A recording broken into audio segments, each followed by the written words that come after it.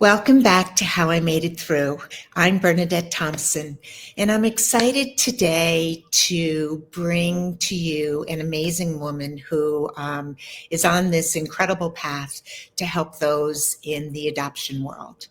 Her name is Francine Apy, and she is the founder of SoulFilling, a reflective space created to support the emotional and mindset needs of adoption-minded individuals and families.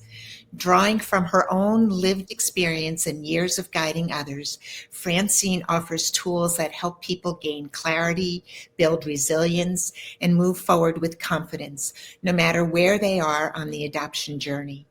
Through story, symbolism, and simple wellness practices, she invites adoptive parents, birth families, and adoptees to reconnect with what fills and sustains them most. Francine is also the author of Brianna's Brave Day at School, a children's book based on a true adoption story, and Sparking the Next Chapter, Your Adoption Journey in Words and Photos, a personal growth journal now available on Amazon. She brings over 30 years of lived adoption experience and 2 decades of HR leadership into her work, creating SoulFilling to help amplify and elevate the adoption conversation in more meaningful and healing ways. So, Francine, I'm so excited that you are here with us. Thank you so much, Bernadette. It's so great to be here and so great to have met you. It is, it's an interesting topic to bring to How I Made It Through. And one of the things that I have come to realize as we all go through life challenges. We all have different experiences in our lives. And that yet within each of those experiences, or life challenges, we share common feelings and common emotional things that happen to us. And that's one of the reasons why I just I'm so honored to have you here with me, because I love the story that you have about what the adoption world has meant to you and what you are trying to bring to others, like bring in the family, the adoptive family. So could you just share with us a little bit about what got you to creating SoulFilling? Sure. So, as you shared, my background is in HR leadership, and I had this opportunity to leave the field of HR, and had some time to reflect and think about what I wanted the next chapter to look like. And quite honestly, a dear friend of mine who happens to be an adoptee, we walk every week, and it was her birthday, and I wished her happy birthday, and she said, "Thank you, my soul-filling friend, Fran." And I said, "Soul filling, what a beautiful word." And it really just sat with me. And when I reflected on it, what fills my soul, right? It's my children, it's my family, it's my children's birth mothers. And when I really think about our lived adoption experience, it's what really completed my life in a huge, huge part of my journey. And often on our journey of adoption over 30 years, as you've mentioned, I'm an aunt to 5 nieces and nephews through adoption as well, and several dear friends and family members who are adoptees themselves, who are birth mothers, who have chosen adoption as their path to grow their families, that I often find that many people don't know what a current adoption experience is like in 2025. Many people are kind of stuck in an older narrative of adoption. And let's face it, adoption doesn't have the greatest history, right? The history of adoption is a bit sad. There's a lot of secrecy. There's a lot of shame. Birth mother and adoptee, quite honestly, didn't have much of a voice, if any voice, if they didn't know they had adoption in their story until much later in life, or if birth mother wasn't supported on her journey to choose the path of adoption, and what to do when she unexpectedly became pregnant. So our experience, with our family now with 3 young adult men, I have to say, a book that I'm working on is We're More Alike Than Different. And whether you're raising your children, in my opinion, as I say, through the blessing of adoption or through, giving birth to your children, you're still going to go through those life human experiences. There's going to be good days. There's going to be bad days. There's going to be teenage days. There's going to be toddler days. There are going to be days that work-life balance is more challenging. There's going to be days, quite honestly, that you're not going to be able to answer a medical question because, Mm-hmm. have all the answers. So, but what I often found within the adoption is we focused more on, not always, but a little bit more of the extremes, either the extreme, everything is perfect and wonderful, and we have, what a wonderful thing adoption is, or the other extreme, oh my gosh, did you hear that terrible story? Or did you hear that traumatic situation? And to me, there's this whole lived experience in the middle that we're all living, whether we have adoption in our story or not, that in my opinion has just not made it into mainstream media and hasn't made it into our, as I like to say, mainstream conversations at home, work, and school. So I thought, maybe with my HR background and coaching and having a passion for human development, being a mom, for over 20 years, and also just this desire to help educate and change the narrative a little bit. So I did what you do. I Googled how to start a business. I created a website and a logo and, led with me being an adoption coach, if anyone's interested in kind of learning more about the experience.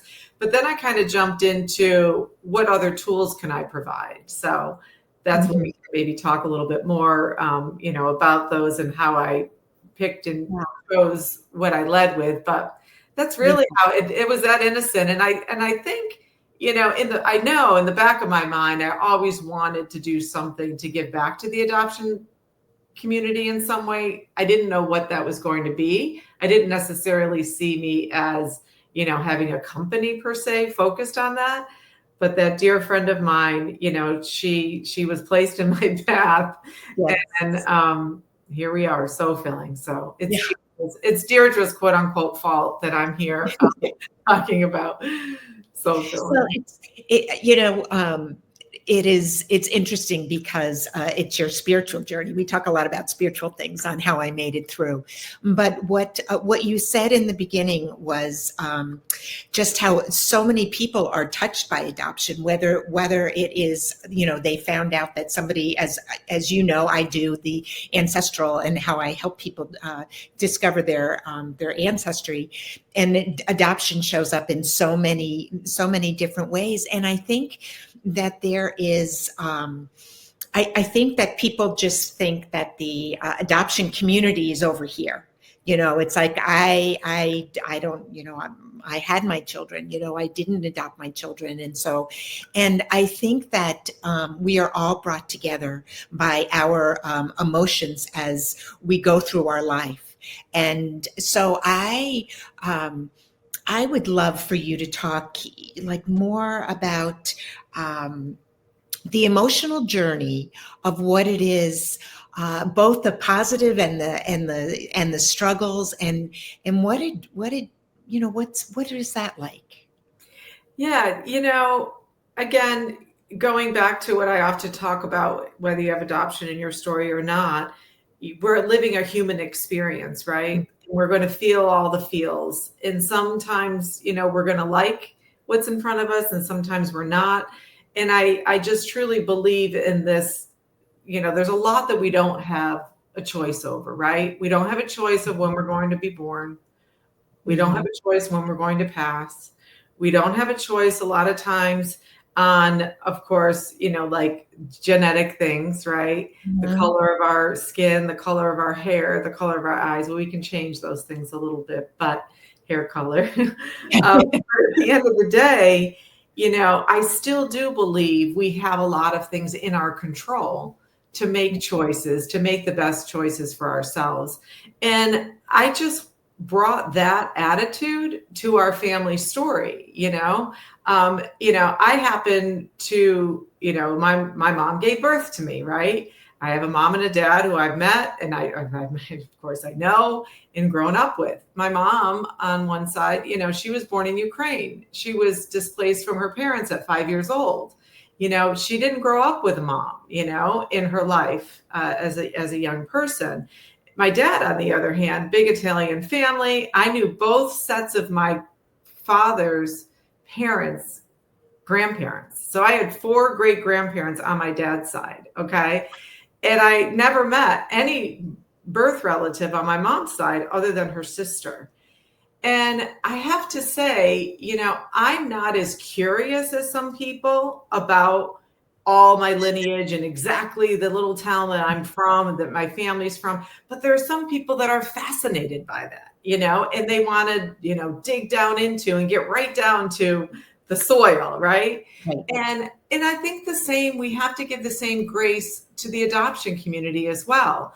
Just because somebody has adoption in their story doesn't necessarily mean then they must be longing so desperately, to have this connection with lineage. They may, and let's give them that honor and that respect, and let's, maybe fulfill their dreams through you, Bernadette, but not make this assumption that they are not living as full or happy or is a good of a life as they could have lived. Because I know many families who know all of their heritage, know that they have access to so much and don't have a lot of interest in it. So I share that because I think sometimes within the adoption space, we can get hung up on what we don't have information for, what we don't have knowledge for. And are we hung up on that because it's going to be harder for us to figure it out? Or are we hung up on it because we're really curious about it? Because curiosity is so normal. And I was fortunate enough to be in the delivery room for all 3 of my children. I cut the cord for all 3 of my children. And at the end of the day, I wanted them to know as much as I could possibly share with them about their story. And we talked about adoption from the minute they were itty bitties. So they knew that word adoption was a safe, happy, healthy word right from the get-go. And that just because they weren't asking, if I followed along and I read, Bernadette, every book I could get my hands on as an adoptive mom to understand adoption. And I knew that it was really important to bring the topic up on a regular basis, so that they always know that the door is open, right? Yeah. And just because they're not curious about something at 5 years old, 10 years old, at 20 years old, it may change, right? They may get more curious about something later on.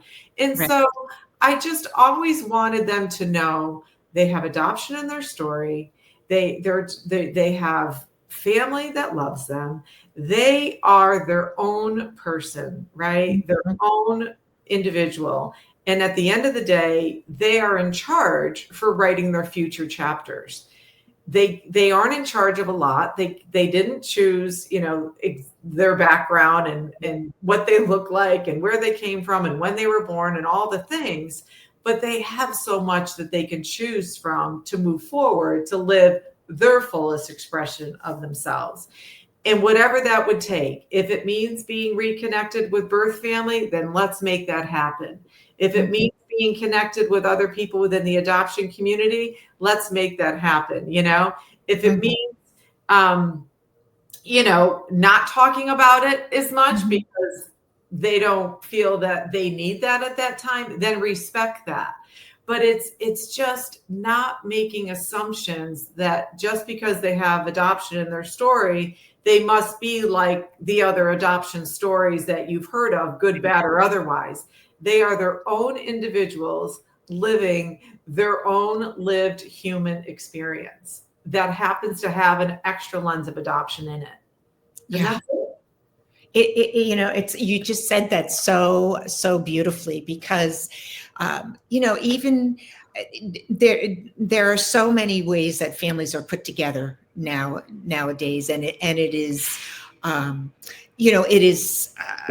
more normal for, there's an extended family and it's, step parents and all kinds of different families that are brought together. But still there is this curiosity or this, when somebody says, oh, I'm adopted, it's like, it is like they want to know you're adopted. Well, what does that mean? What is that?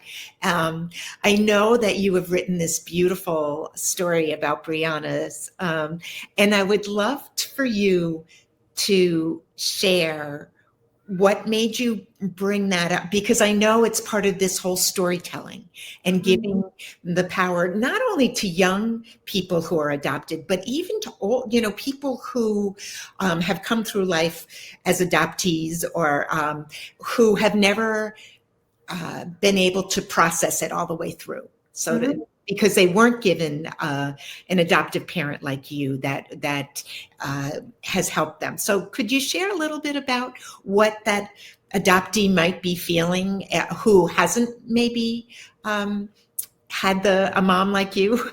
Yeah. Well, I appreciate that. I don't know. A mom like me, I just really tried to make it that I wanted them to embrace their story, and not to say they need to love every chapter, because we live into a ripe, beautiful age, well into our 90s. If you interviewed them, I don't know if they all would say, I love every chapter. I love every aspect. I love every character in my story. So let's give that honor to those in the adoption space too, to not love every chapter. But at the end of the day, I created this book because my core mission is to help make the conversation of adoption more mainstream at home, work, and school. What does that mean? Well, I said, I have this actual event story that happened to our son, who's now 21, when he was 8 years old at school. And basically, I wanted to be able to create a story so that not only gave a voice to a young person who has adoption in their story, but to help give them this bravery and confidence to talk about any topic, fill in the blank, take out adoption and fill in the blank. That opportunity to speak up about their story that may make them a little bit different from someone else. But every time we speak up about our story, whether you're younger or you're older, that's more authentic to you, the more confident you are. And just as important, it gives you the opportunity to educate others. And when we take both of those opportunities to grow as individuals when we speak up, as well as to educate those who may not know what you know, it's a beautiful thing. So creating and writing Brianna's Brave Day at School. Brianna, I named it. I have 3 sons, but if I had a daughter, one of the names would have been Brianna. So I'm channeling my girl energy with Brianna. So there's that. But then at the end of the book, Bernadette, I put in an adoption key. So just kind of, again, from an educational standpoint, I pictured a parent reading this book to the child, or a sitter or a friend or an older sibling. And I wanted to put in just some language, because language is very powerful. So I define what a birth mother is, what an adoptive mom is. November's National Adoption Month. That, the lucky charm that Brianna wears is the adoption symbol. And so educate on what's the adoption symbol. Did you know, the lotus flower is the adoption flower? Did you know yellow, pink, and white are the colors? And this is why. So why? Because, again, to bring up adoption in casual kinds of ways. Life is serious. Having children is serious, whether you adopt it or not. But every conversation doesn't need to be serious. And in giving some of these tools and some of these, interesting information around adoption, it gives someone some language to talk about it, so that they know if somebody, they know that birth mother is a beautiful word. They know adoptive mom is a beautiful word. They know these are okay words to say, right? And so that's how I kind of ended the book as an educational piece. But as the story goes, adoption came up in a negative way in the classroom. And we know you have children. You've been in the business of working with children for many years, and children and adults, but children can be very cruel, mean to each other. A lot of times they don't intend to be, but it just comes out that way. Mhm. And this little person that was in my son's class all those years ago, had a negative thing to say about adoption. And my son at 8 years old, my most shy of the three, raised his hand and said, actually, I'm adopted. And let me tell you what adoption is. My birth mother was 15 years old. She was too young to take care of me. And she chose my mom and dad to be my mom and he educated the group, right? And Annie went on to say, and my birth mom was really excited that my mom and dad were ready to be a mom and dad, tying in that little kids can't really comprehend that.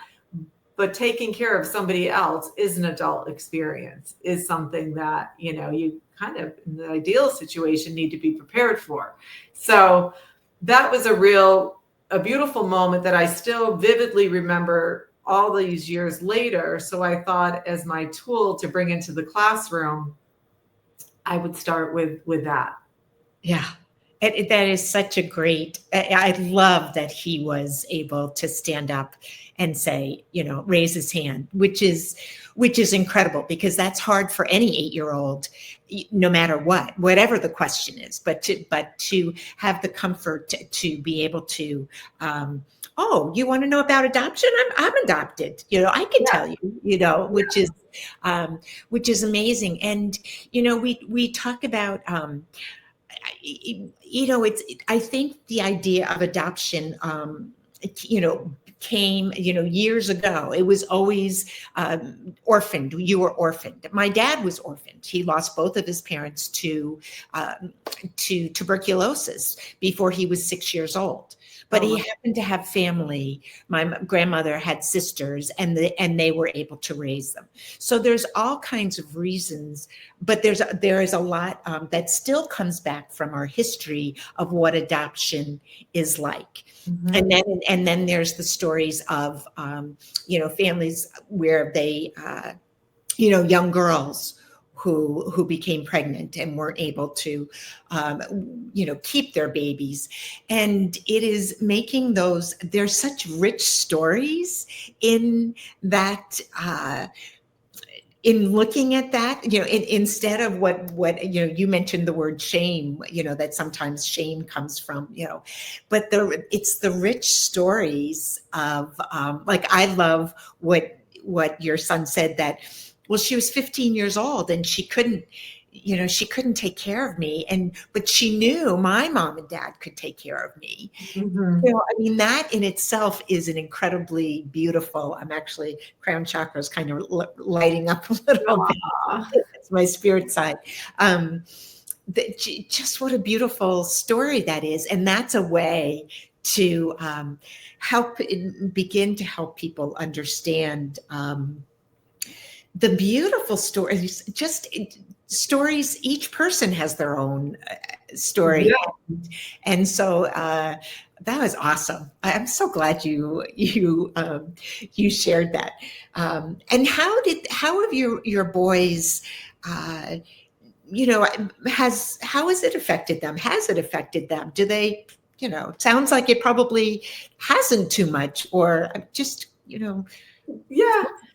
I'll answer that question, but one of the phrases that came to mind while I was listening to you talk, within the adoption space, we talk a lot about both and, instead of either or. And the beautiful thing, I think, today of a more modern adoption conversation, as I like to talk about over the last 10 to 20 years per se-ish, let's say, mm-hmm. is acknowledging that you can hold both emotion at the same time, and that it's actually healthy to do that, and you don't have to pick and choose. Okay.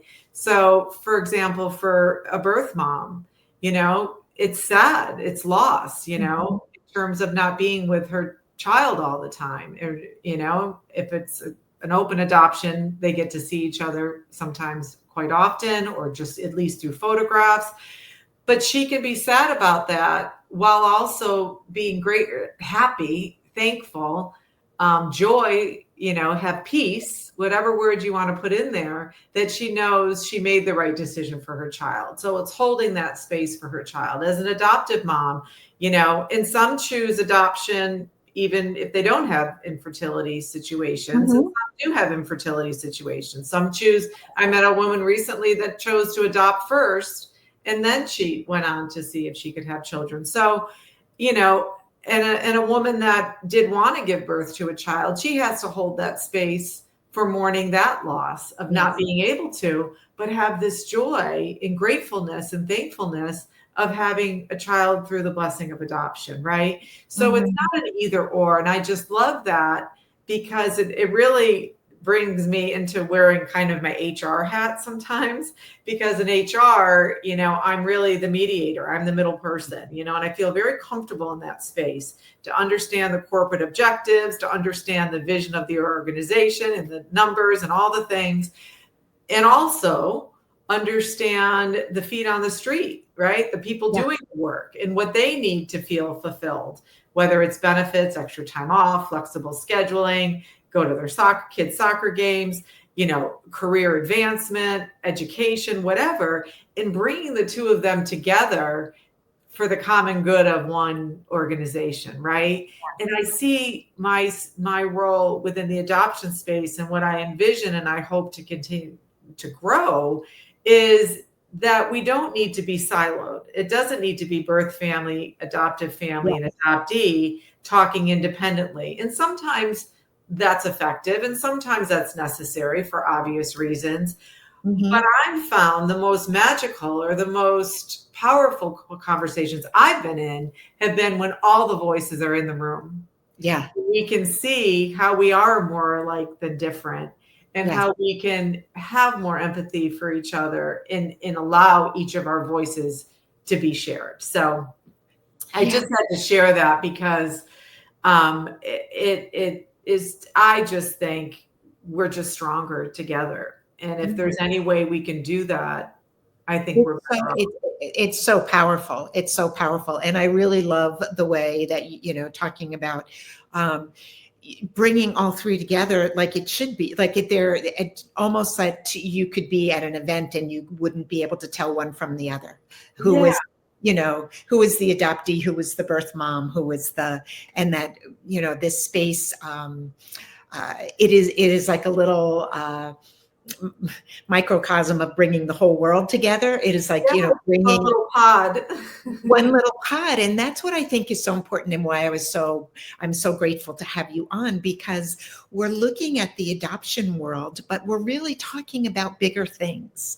And but focusing on this is just really beautiful. It's just, there's something, I know that we have talked about it from the, you know, the point of view of ancestry, because, you know, I have helped people discover their ancestral roots. And you and I have talked about, we've talked about your mom and her life, and you have a beautiful book that you've written about her.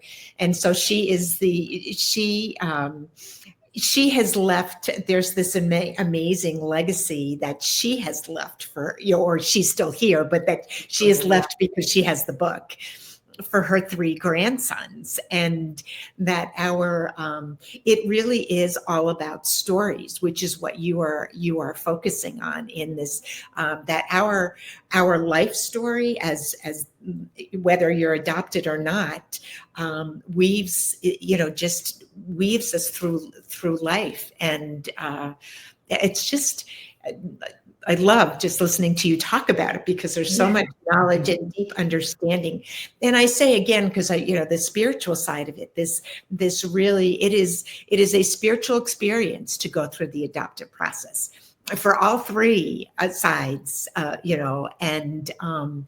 that you sharing this with us is bringing that information and putting it in a bigger, I want to put it in a bigger stadium, so to speak. Yeah, no, thank you. I appreciate that. And I just really believe so deeply that adoptions have just evolved so much. And there'll always be aspects of adoption that we have to be very mindful of. And I never take lightly, right? That for some people, it's a harder journey in the storytelling, in how their story unfolded.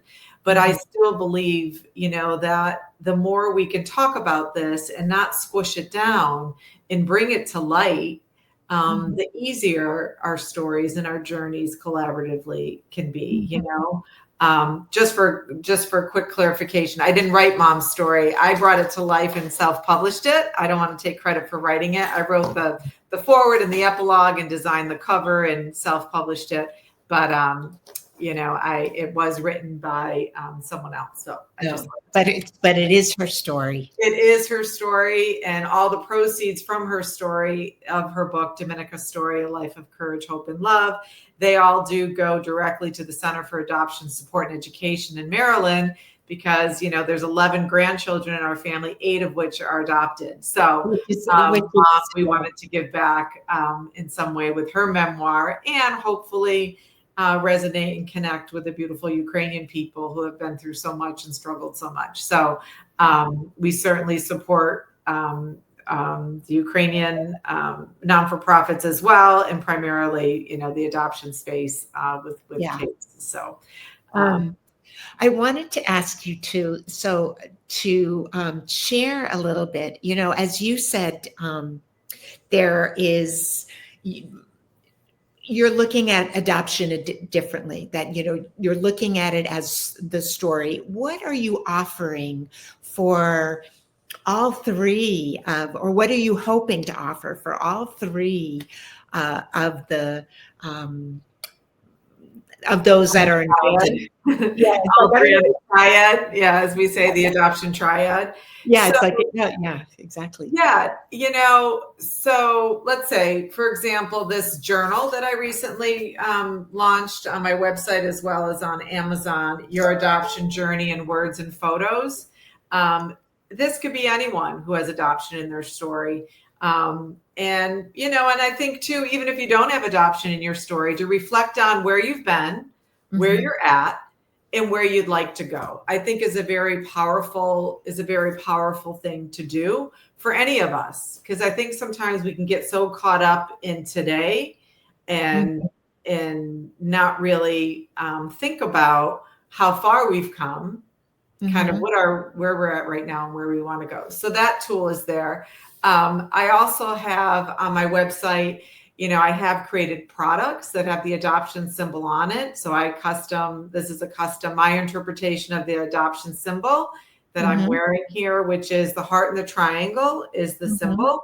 I made my heart a little imperfect because I believe love doesn't have to be perfect to be beautiful. And I am a believer in therapy. I'm a believer in continuous education. I'm a believer in community and connection and finding your people.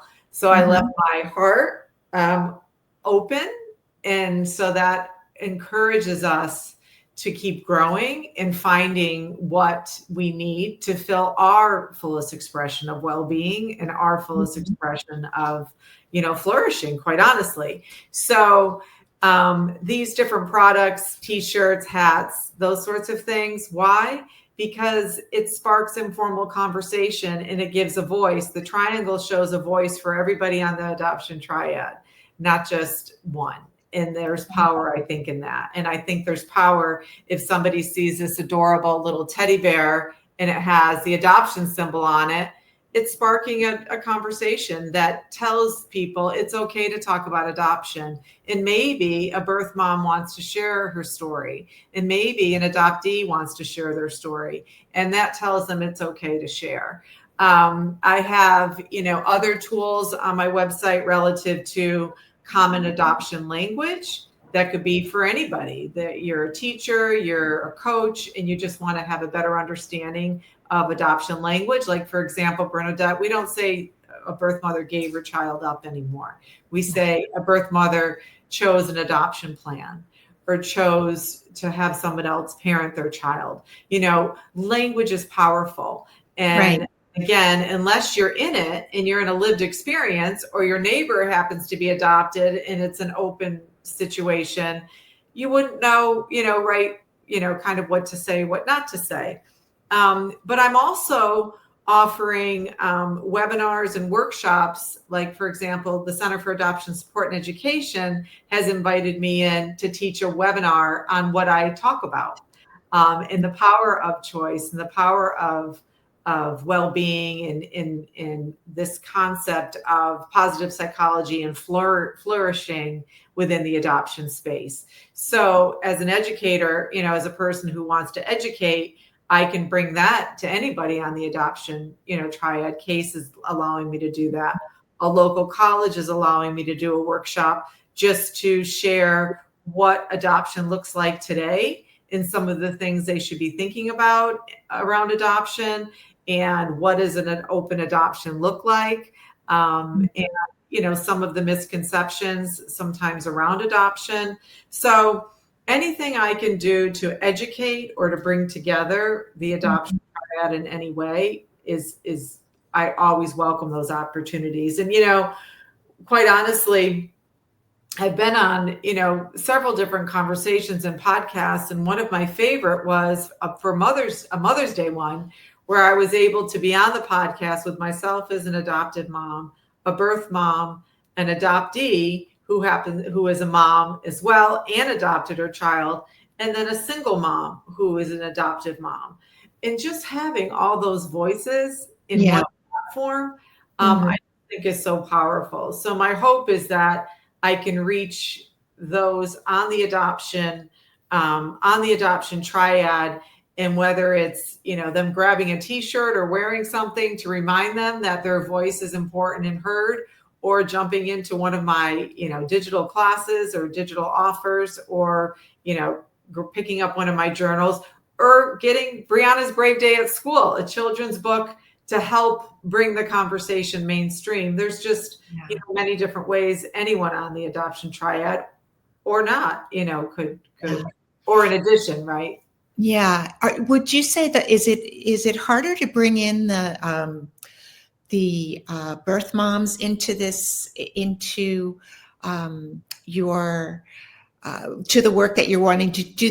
Do you feel like they don't want to be a part of it, or do you feel like they are wanting to be a part of this family that you're creating, where everybody has a seat at the table, so to speak? Yeah, I love that imagery. I'm actually working on an imagery of, there's a seat at the table for all of us. So it's this beautiful table. I love that imagery. But, SoulFilling is not even a toddler. She's only 2 years old. So I have not tapped into enough to make, to say, all but birth mothers would love to be a part of what I'm doing.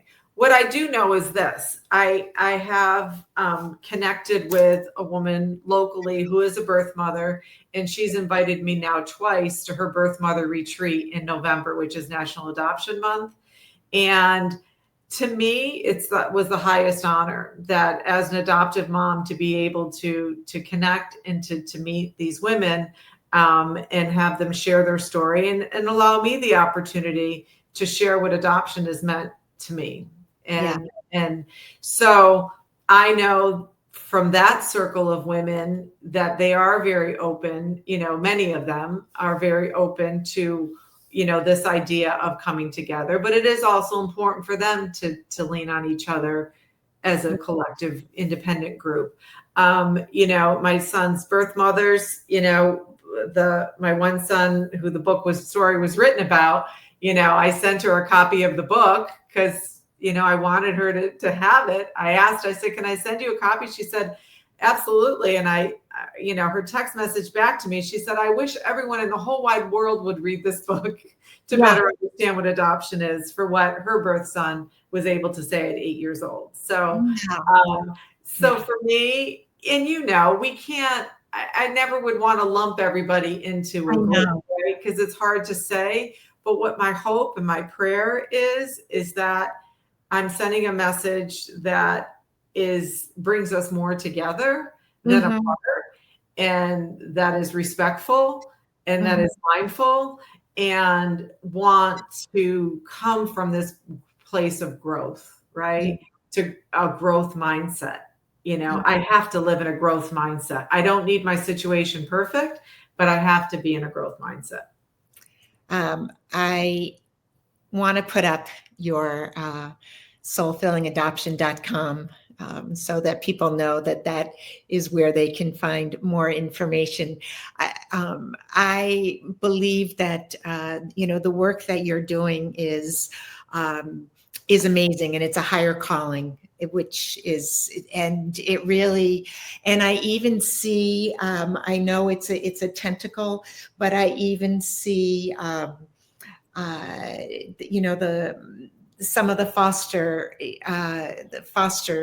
kids, you know, being able to stand up and say, well, I'm a foster kid, you know, like, but just opening up, starting with this conversation that we all have a story about our life is just, beautiful. And I love, first of all, I love the name SoulFilling Adoption. I mean, I Yeah. love SoulFilling. I think that, It's a mouthful, but there's something about it that to Mhm. me, it just lingered. It just continued on. There's no end. Like we hear There of is no soulful end. food or soulful, music, and you hear of fulfilling. But Yeah. this idea, and I am a strong person of faith, and I do believe in something much bigger than me. Um, Mm-hmm. I don't talk about it. You don't have to be a believer, to believe in what I believe in, Yeah. to work with me and to be a part of soul filling. But I do believe there is this beautiful strength in this beautiful place we can come from when we do believe in that there's something bigger than us going on, and that Mm-hmm. there are many things we don't have any choices over. And when we can kind of let that go. Oh, I didn't talk about, speaking of let that go, my summer birthday tote bag, which my one of my favorite sayings that I'm working on getting trademarked is carry less, live more. Uh-huh. The power in just letting those stories go that don't serve us, figuratively and literally, right? The Mm-hmm. stories that don't serve us, the extra stuff in Yes. our way, Mm-hmm. because at the end of the day, it's harder to live fuller when our mental capacity is overload, when our physical capacity is overload. So this concept of allowing yourself the grace and the opportunity to let go of what doesn't serve and move forward. And if there's ever been I can't imagine a better time than right now of all the support and wellness and services available from the work that you do, Bernadette, to help people come to terms and understand their stories of letting go and living freer, to, right across the board in all areas of mental health wellness, of finding that right therapist that you need to move through your journey, of identifying, there's a coach for everything. And I think it's a beautiful thing because it really can help people push through Yeah. that they sometimes can't do on their own. So this concept of soul filling and being growth mindset Yeah. for the adoption space is what I'm all about. Yeah. And that is, I think that's what we're both called to, different, different segments. And that's what a lot of the people that I have coming on, how I made it through is that we each have a little, we talked earlier, little slice of the pie, like trying to just, and that it is good that we have, there's so many of us out there that are trying to help people, raise not only the consciousness, but also the health and well-being of people. So finding them, so they can go and find you at soulfillingadoption.com. Yes. And, do you have anything coming up? Do you want them to be aware of, or, show your book again, because that is. Oh, sure. So my book is here, Sparking the Next Chapter, Your Adoption Journey, in photos and in pictures. And also, here we go. Sorry. My Brianna's Brave Day at School. I think it's a great quick summer read. Her lucky charm is the pendant, and that's on Amazon as well as on my website. And my mom's memoir, Dominica's Story, A Life of Courage, Hope, and Love.